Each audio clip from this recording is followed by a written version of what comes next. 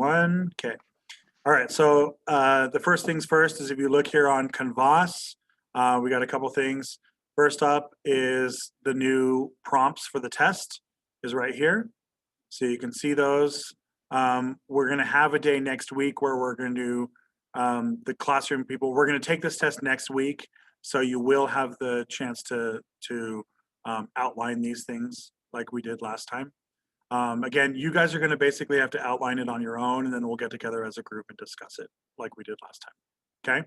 My in-person group, they spend the class period doing it, but that's not really an option for you guys.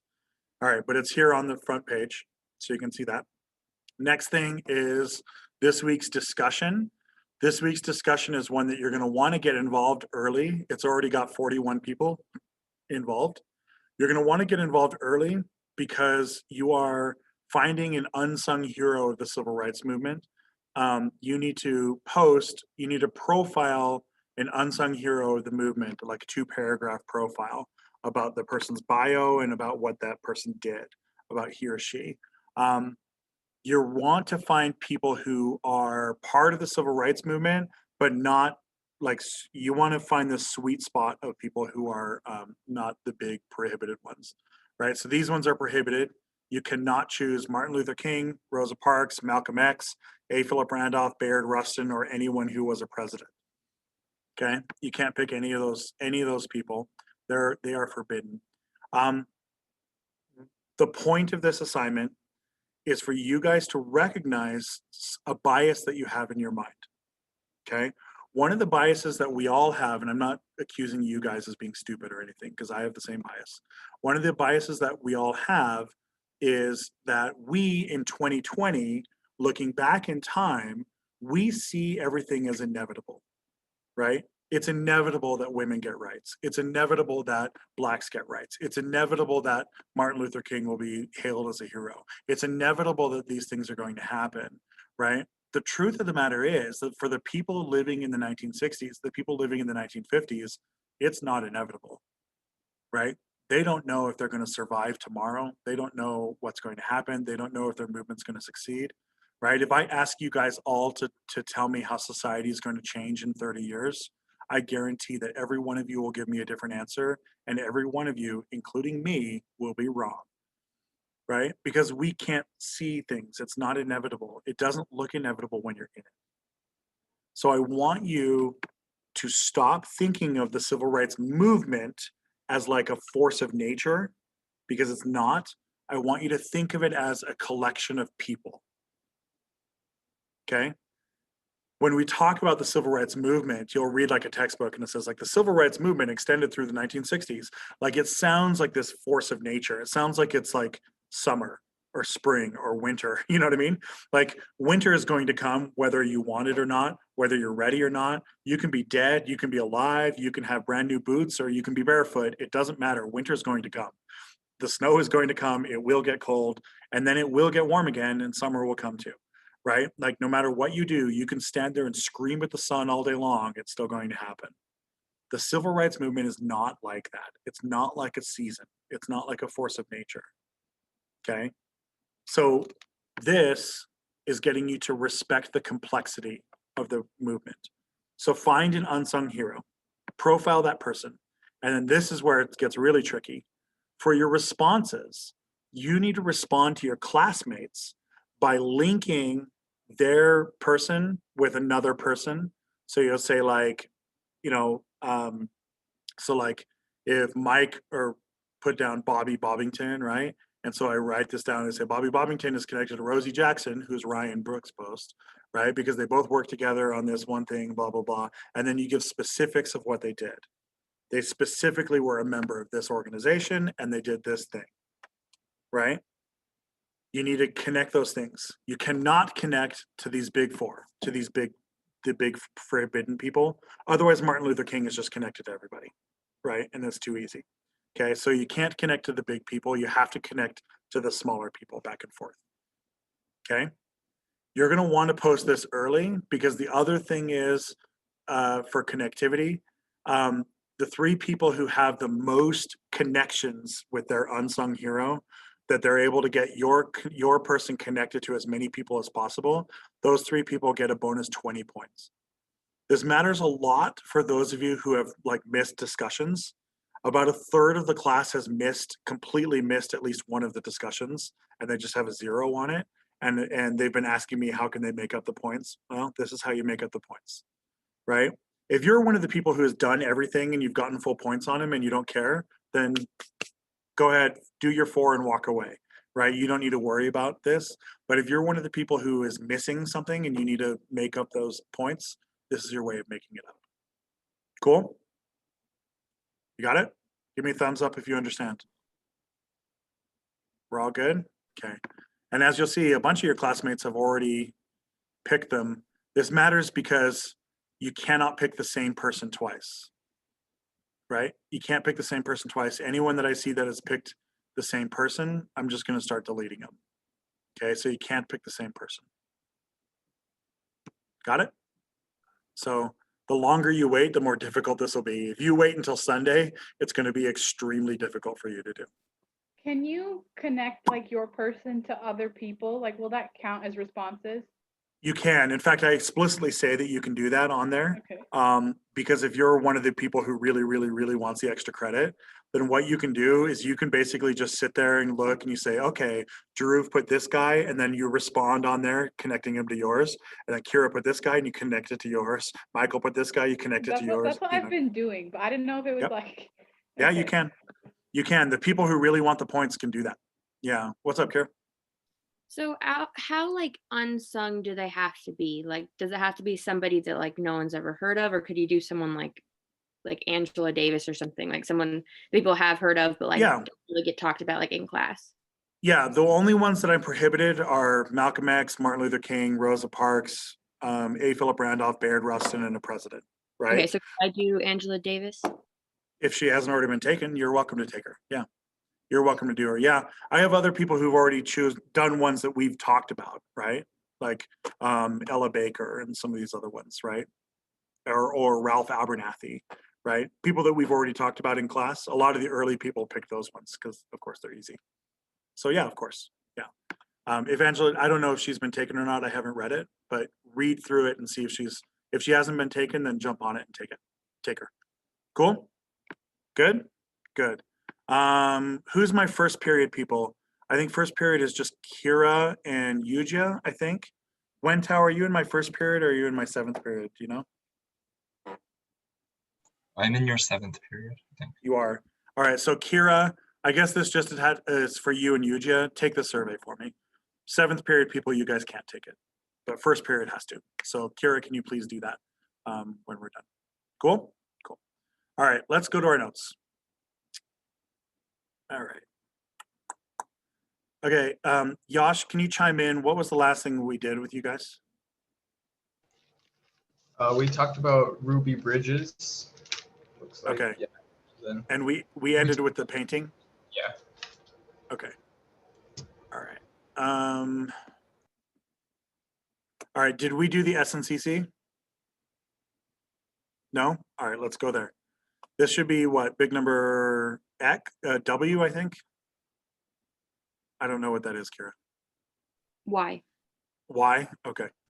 Kira's throwing gang signs up and I don't know what's going on. All right, so big number Y, the SNCC, the Student Nonviolent Coordinating Committee. All right, so the SNCC, we have a group of 5 different organizations that are all really, really important for the movement, these 5 organizations. This is one of, we already have NAACP, the SCLC, and now we have the SNCC. Okay, we're gonna get the other 2 today as well, right? So this is the other big, big movements, okay? This movement is founded by Ella Baker. We've seen her before. Where did we see her before? Look in your notes, where do we see her? The secretary for the. Right, she was in the SCLC, but she wasn't actually a member. She was like the secretary, right? Well, she left and she founded her own organization. Okay, she founded her own organization because she kind of thought it was a bunch of bullshit that she was being treated like a woman in a group of sexist men, which, you know, can't blame her, right? So she founds this Student Nonviolent Coordinating Committee.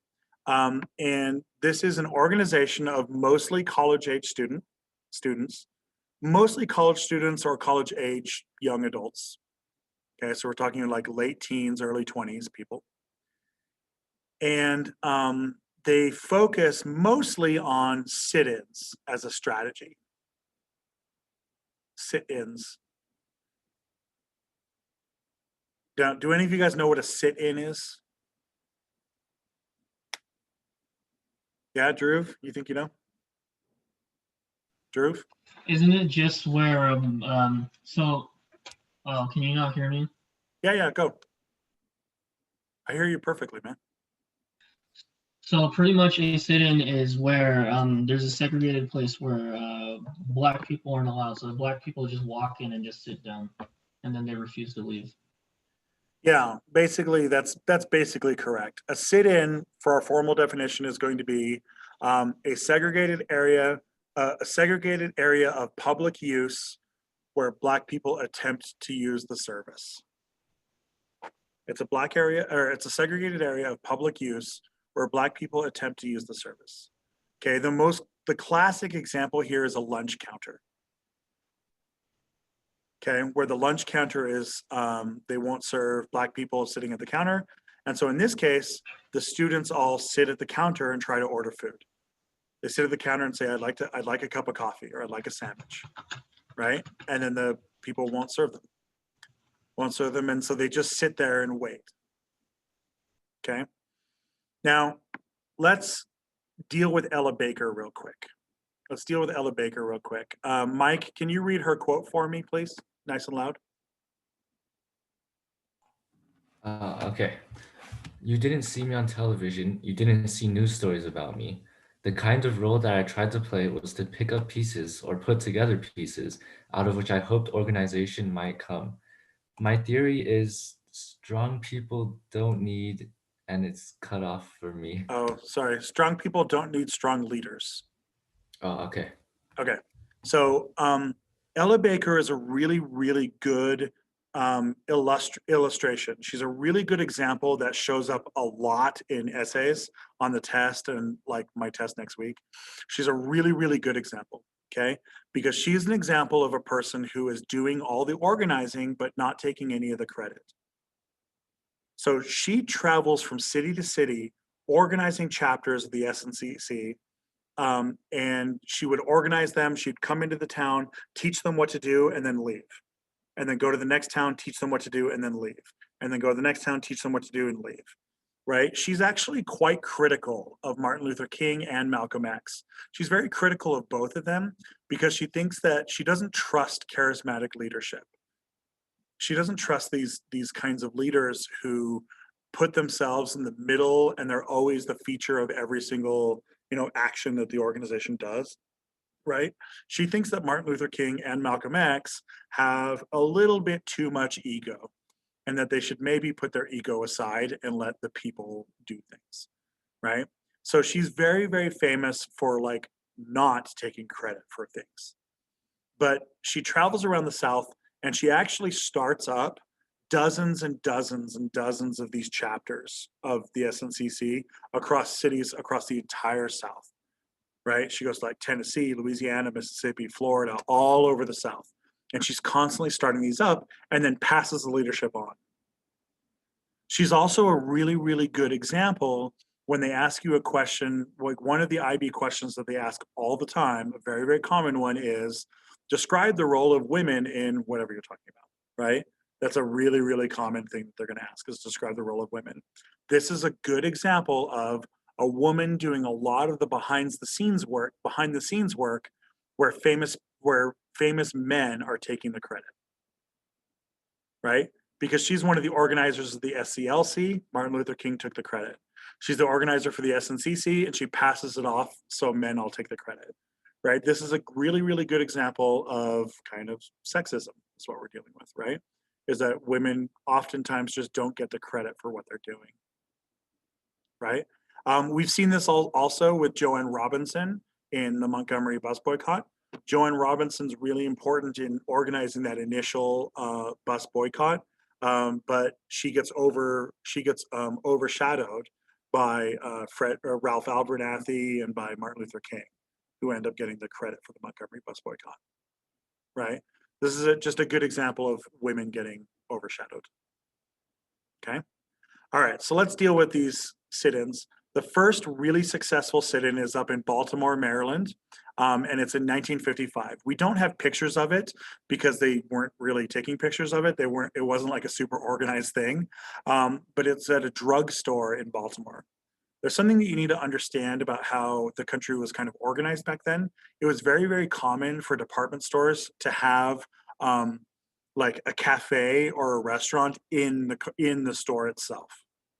So you're like going into like J.C. Penney's, and there would be like a restaurant in the middle of the J.C. Penney's where you could like eat there, right? Or the middle of like, we still have this in Fashion Place Mall. There's like a little restaurant inside of the Nordstroms, right? That's like a throwback to the 1950s, or the way it used to be.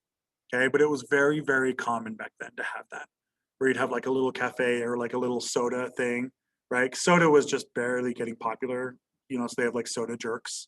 You couldn't just go buy bottles of Coke or whatever. You'd have to go sit down and drink a Coke. Okay, so in Baltimore, the Black students basically sit down and try to order food. The pharmacy refuses to order, then they won't move, and then finally the pharmacy gives in, and Baltimore starts to desegregate. Ella Baker recognizes this as like a really, really easy to organize strategy that works really well, and a lot of different people can do it. You don't have to be like super smart or super organized to get one of these things going. And so Baker recognizes that this is a really, really smart strategy. She gets involved in the Durham sit-in in Durham, North Carolina, home to Duke University and University of North Carolina. And she gets these guys involved where they all just sit down. Here's another one from Durham, right? In this case, it's all women sitting down. I love these pictures because in a lot of these pictures, they're all doing homework, right? These are college students. They still got homework to do. They still have to take tests the next day, right? And so they'll sit down at the counter and they'll say, I'd like to order lunch. And then the guy will say, no, you can't have any lunch. And so they'll just get their homework out and start doing their homework. And then they'll be like, what the hell? You can't do your homework here at my counter. And she's like, okay, I'll put it away if you give me some lunch. I said, no, you can't have lunch either. And she says, okay, well, I'll just do my homework then. It's classic, right? Because it's college students they still got classes. They still got to pass their classes, right? It's great. Probably the most famous one is Greensboro. Greensboro, North Carolina is the most famous one. In fact, if you look at history books, oftentimes the entire sit-in movement oftentimes gets called like the sit-in Greensboro sit-in. So Greensboro, again, North Carolina. Here's probably the most famous image of the Greensboro. I want you to let this sit in here for a moment, because you need to understand that this isn't just some peaceful thing, right? It's rebellion. They're fighting against it. And so they'd come and pour food on them and pour things on them. We have some instances where people would come up behind somebody and like grab them, throw them off the bar stool, and then beat them on the ground and stuff like that. To the SNCC's credit, we don't have any examples of SNCC people starting a fight. In fact, I don't even know of any examples of SNCC people defending themselves, right? They would just take pictures of what's going on. One of the biggest movements, the second biggest one after Greensboro, the second biggest one is Tennessee, Nashville, Tennessee, and it's founded by Diane Nash. She's going to come back. She's an important person that's going to stay with us for a while. Diane Nash is maybe Ella Baker's #1 student, maybe #1 or #2 student. Diane Nash is a really important student who's going to stay a leader of the movement. Diane Nash is actually going to found her own organization in Nashville, and she's going to call it the Nashville Student Union, and it's going to be one of the biggest ones in Nashville. Okay, so let's get our next group. We have a next group that we need here. This group is called CORE, C-O-R-E. It's the Congress of Racial Equality.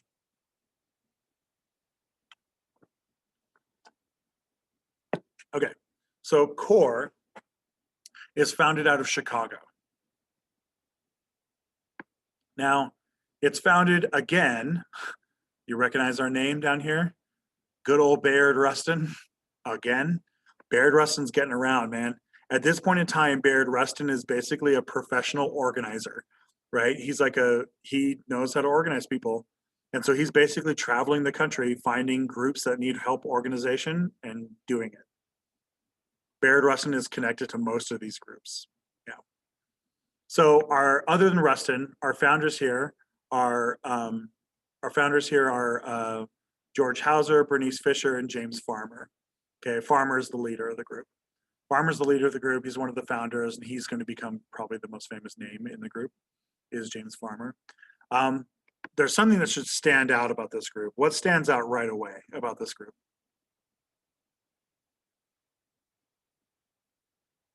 They're integrated. Yeah, They're black and white. yeah, they're black and white, right? So core, and this is what it's one of the things that makes core unique. Core is about, at some points in time, it's as much as 2/3 white. Okay, so core is basically always going to be somewhere between 40 and 60% white. There's always a significant amount of white people in core. In fact, some of the founders are white, right?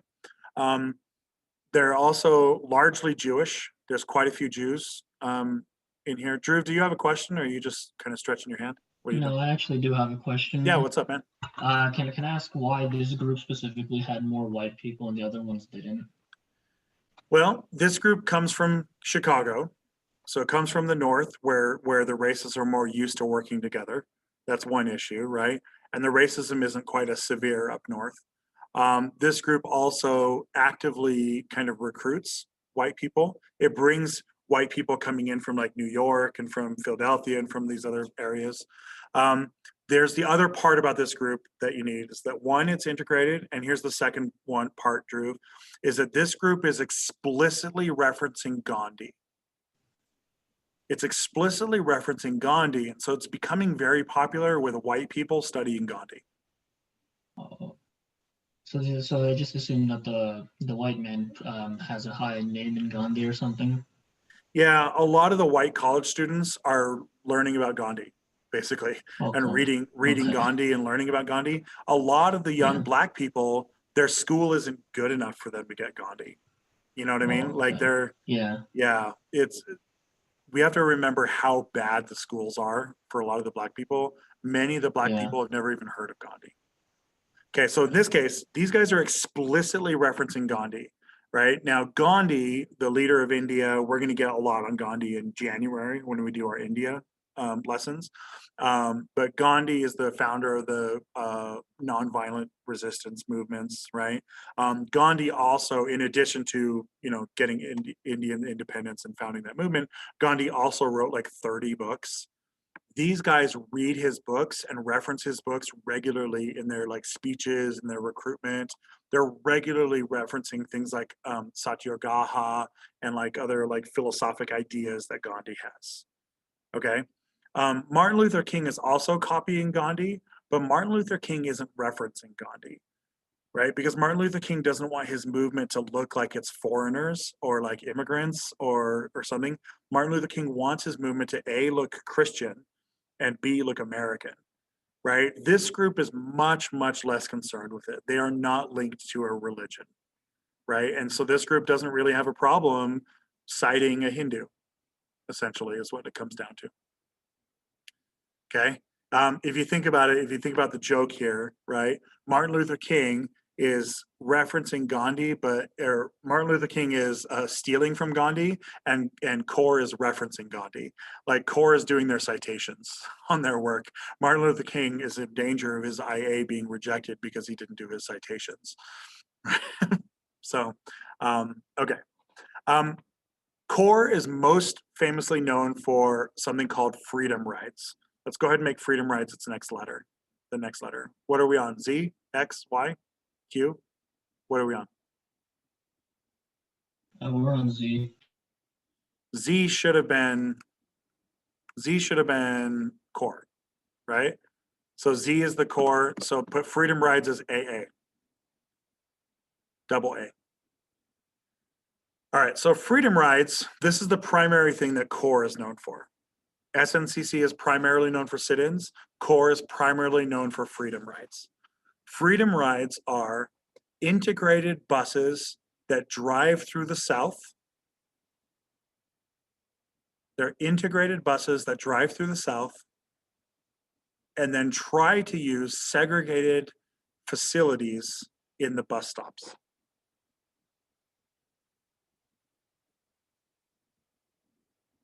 So they're integrated buses that drive through the South and they try to use segregated facilities in the bus stops. Now, CORE starts this off, but very quickly CORE gets joined by the Nashville Student Union with Diane Nash. Here she is again. And Diane Nash is still alive, by the way. She's still alive. She's like 70 years old. She's still alive.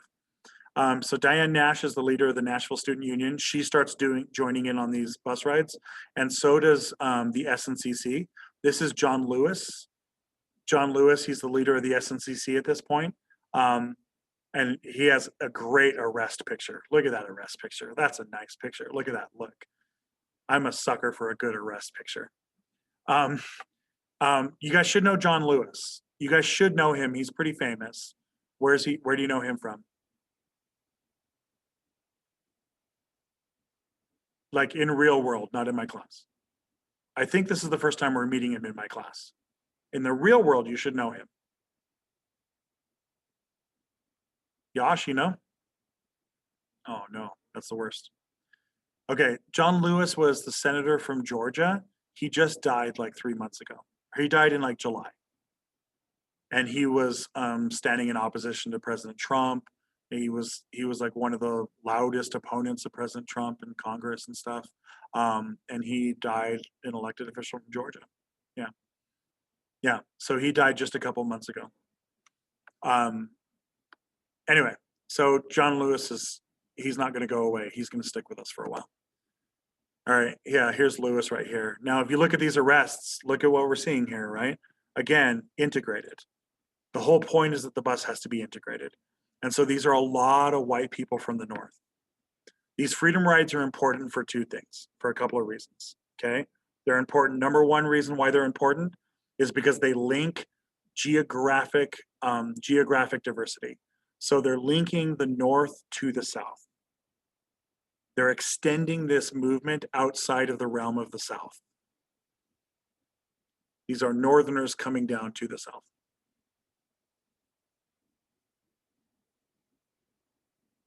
Okay, so that's number one. Number two is that they're bringing the civil rights movement and this desegregation movement to all the little towns that are too small to have their own movement. They're bringing it to all these little towns that are too small to have the movement.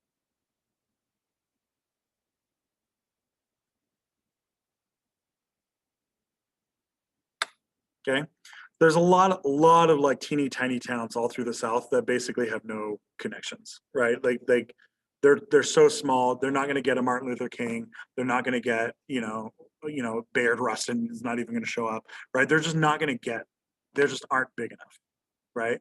The freedom rides are big enough because they're driving through. Here's our map of the freedom rides. Look at all of these ones, 1, 2, 3, 4, 5, all of these ones. Okay, and they're all happening all through this 1961 time period. Okay, and they're driving all around in the South, and they basically just stop at every bus stop, and they all get out and they try to use the bathroom, or they try to like go to the food, counter if there's a counter, if there's like a lunch counter or something like that. Then they basically just do a sit-in where they try to use the facilities, and they just do this for every single one going all through the whole thing. And this is bringing a whole bunch of geographic diversity coming down in here. It's also, it's connecting even out to like Los Angeles. We have like Los Angeles to Houston, where they're trying to drive across all of Texas, desegregating all of Texas, So this is pretty cool. Unfortunately, as you can probably predict, the freedom rides are going to also produce violence. Okay. Let's be clear here. The freedom riders are not the violent ones, of course. The KKK is. Probably the worst example is in Addison, Alabama in May of '61. my nose is itchy, sorry. Anniston, Alabama is this little town in the middle of but nowhere, Alabama. And it's like the home to the KKK, one of the largest centers of the KKK in Alabama. And the KKK throws firebombs through the doors of the bus, trying to murder all these people inside of the bus, trying to kill all the people. They get off the bus. They do injure some folks, but in this time they don't murder anybody. But they do burn the bus down. Now the KKK is being prompted by this man, Bull Connor. Bull Connor. He's the governor of Alabama.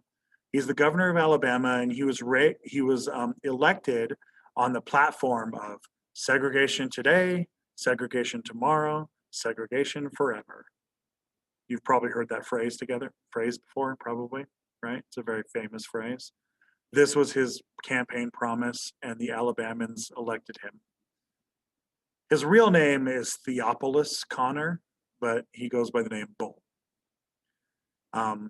As you would expect, a man with the name Bull is not known for being calm and collected. He's known for calling for violence. And he would regularly call for violence and regularly say that these, Negro kids need to be put in their place. Here's in Alabama again, where they tried to come in to use the facilities, and there was a whole bunch of KKK people waiting for them on the inside, and they beat them down. One of the most famous examples is this man here, James Peck. James Peck, he was a white guy from New York, and if you look at his face looks like Quasimodo, right? That's because he ended up having to get 60 stitches across his face, and they broke his skull in multiple places. They had to staple his skull back together. The doctors had to, right? Victim of an attempted lynching is what he calls himself. And he's a core member. Yeah. Here's my boy John Lewis back again in a pretty badass picture, if you ask me. All these blood all over his shirt and stuff. This is him where he pulled his buddy James Werg out of a fight who was getting beaten down. That's Werg trying to put his tooth back into his mouth. He's trying to see if he can put his tooth back in, and Lewis is covered in his friend's blood. The Freedom Rides, eventually they start getting bigger and bigger names. Here's Martin Luther King, here's Ralph Abernathy riding on the buses, right? Trying to join in. Eventually there's an intervention. The intervention comes from Robert Kennedy. Robert Kennedy, RFK, Robert Kennedy. Robert Kennedy is the Attorney General. The Attorney General to his brother, John F. Kennedy. Okay, so Kennedy's president by now. Kennedy's president, and John F. Kennedy and Robert Kennedy. So John is the president, Robert's the Attorney General. John F. Kennedy and Robert Kennedy both were supporters of the Civil Rights Movement. John F. Kennedy was elected when he endorsed Martin Luther King, and Martin Luther King endorsed him. And that brought a whole bunch of Black people over. That's the party switch. You've heard about how the parties used to switch, right? The Democrats used to be the party of the KKK, and today the Democrats are the party of racial diversity, right? Well, this is the switch. Martin Luther King endorsed JFK, and as soon as he did that, 80% of Black people flipped over. By the next election, the other 10% flipped over, right? So the Democrats today regularly receive about 95% of the Black vote, and it's because of RFK, Robert Kennedy, John F. Kennedy, Martin Luther King. It's because of these guys. Okay, the high point, of course, is Obama's election. President Obama's election, when President Obama is elected, he receives 99.9% of the Black vote, right? Apparently 3 Black people just got lost or something. I don't know. But unsurprisingly, Barack Obama gets, as close to 100% of the Black vote as you can get, just about. Robert Kennedy intervenes on these freedom rides, and he orders them to get armed escorts. So they get National Guard escorts on the buses, and that stops the KKK attacks. This is going to be one of the first big high-profile times that Robert Kennedy is going to get involved. Okay, so let's do our next one. BB. BB. Sorry, we have to cover a lot of stuff, we've lost so much time because of IAs that we have to kind of cover a bunch of stuff. So I know this seems like it's going fast, but we got to do it. All right, so Birmingham. Birmingham, Alabama is still, one of the most segregated places. And so Martin Luther King decides to go back to Alabama, and they start doing marches through Birmingham. Okay, these are freedom marches through Birmingham. These are just public demonstrations. Bull Connor orders the police to come out and beat these guys. We get all these very famous images of attack dogs biting these guys and tearing them down to the ground and biting them, cutting blood and stuff. This is where Martin Luther King is going to be arrested. Here's Fred Shuttlesworth. Here's Ralph Abernathy, both in the SCLC, both involved here. I find it interesting. Abernathy's like always smiling in these pictures. Like he's just having a good time. He's just like, he seems like a nice guy. You want to have him over to the house, Martin Luther King is always like dead serious in these pictures, Abernathy's always like, hey, might as well smile. It's pretty. This is King getting arrested. This arrest results in King getting thrown in the Birmingham jail, where he writes the very famous letter from a Birmingham jail that you guys read last week. You should have read anyway. You were assigned to have read last week, the letter from a Birmingham jail, where Martin Luther King basically lays out the, philosophies of what is going on with the movement. Robert Kennedy again steps in. Robert Kennedy actually flies down to Birmingham and gets Martin Luther King out of jail. Gets him out of jail. Robert Kennedy uses his power as Attorney General to get him out of jail.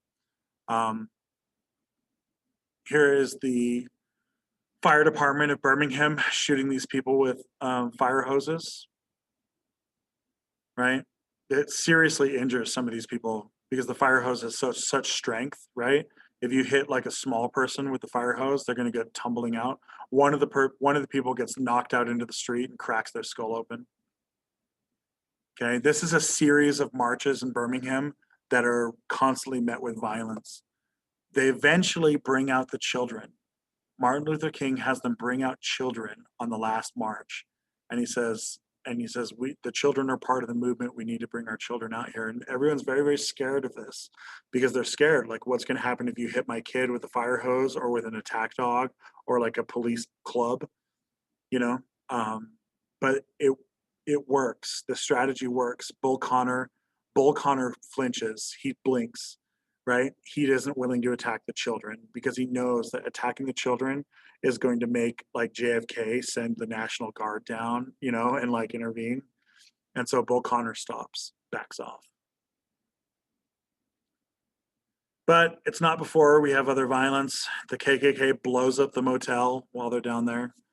Blows up the motel. They also blow up one of the preacher's homes. The preacher who lives in Birmingham, they blow up his house. We need to respect the level of threat that's happening on people's homes.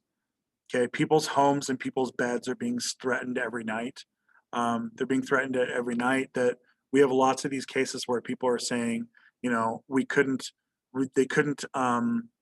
have the lights on in their house at night because if people from the street could see the lights, then they would know what room you're in and they would shoot through the window or throw a brick and throw a bomb through your window and kill you, right? And so we have this, like the Little Rock Nine, they talk about having to do their homework sitting in the closet in the middle of their house, where they'd be in the closet with a flashlight doing their homework. Medgar Evers, who goes through law school, he's sitting there doing his homework in the closet because if he turns on his light, the KKK is going to know he's there and they're going to shoot him. Right? Martin Luther King's house gets bombed multiple times. Ralph Abernathy's house gets bombed. Fred Shuttleworth's house gets bombed. These guys' houses all get bombed over and over again. So do their churches get bombed regularly. All right. CC. Are we on BB or CC? CC, I think, right? CC. Medgar Evers is assassinated. Now, Medgar Evers, Yash, remind us who Medgar Evers is. We've encountered him at least once or twice.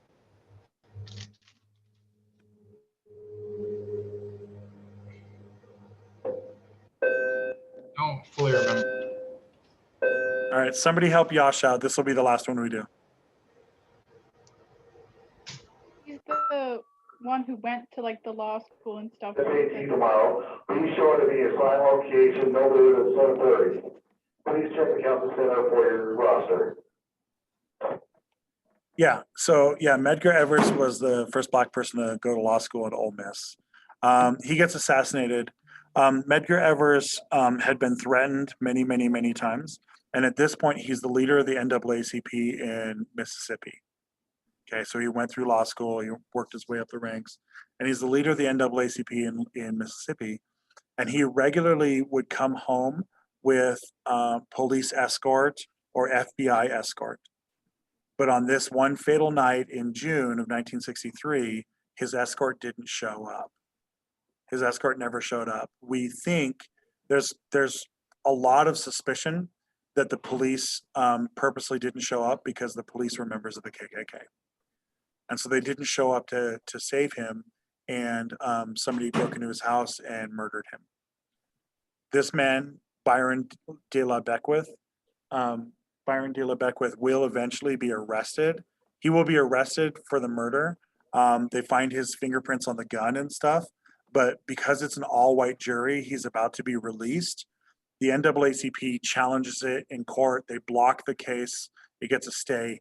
He gets released as a free man, lives as a free man for the next 30 years, murders another Black guy in the 1980s and gets off again in the 1980s, but finally gets convicted of the murder of Medgar Evers in 1994. 1994. He lives as a free man for 30 years before finally getting justice. Welcome to Mississippi, everybody. All right, on that note, we got to go because I got people waiting for me. The bell just rang. All right, we got a lot to do, so the next time I see you, we'll run through a bunch more stuff. Cool? All right, cool. All right, I'll see you guys. Do the discussion. Do you guys have any questions before we go? Going once, questions going twice? Sold.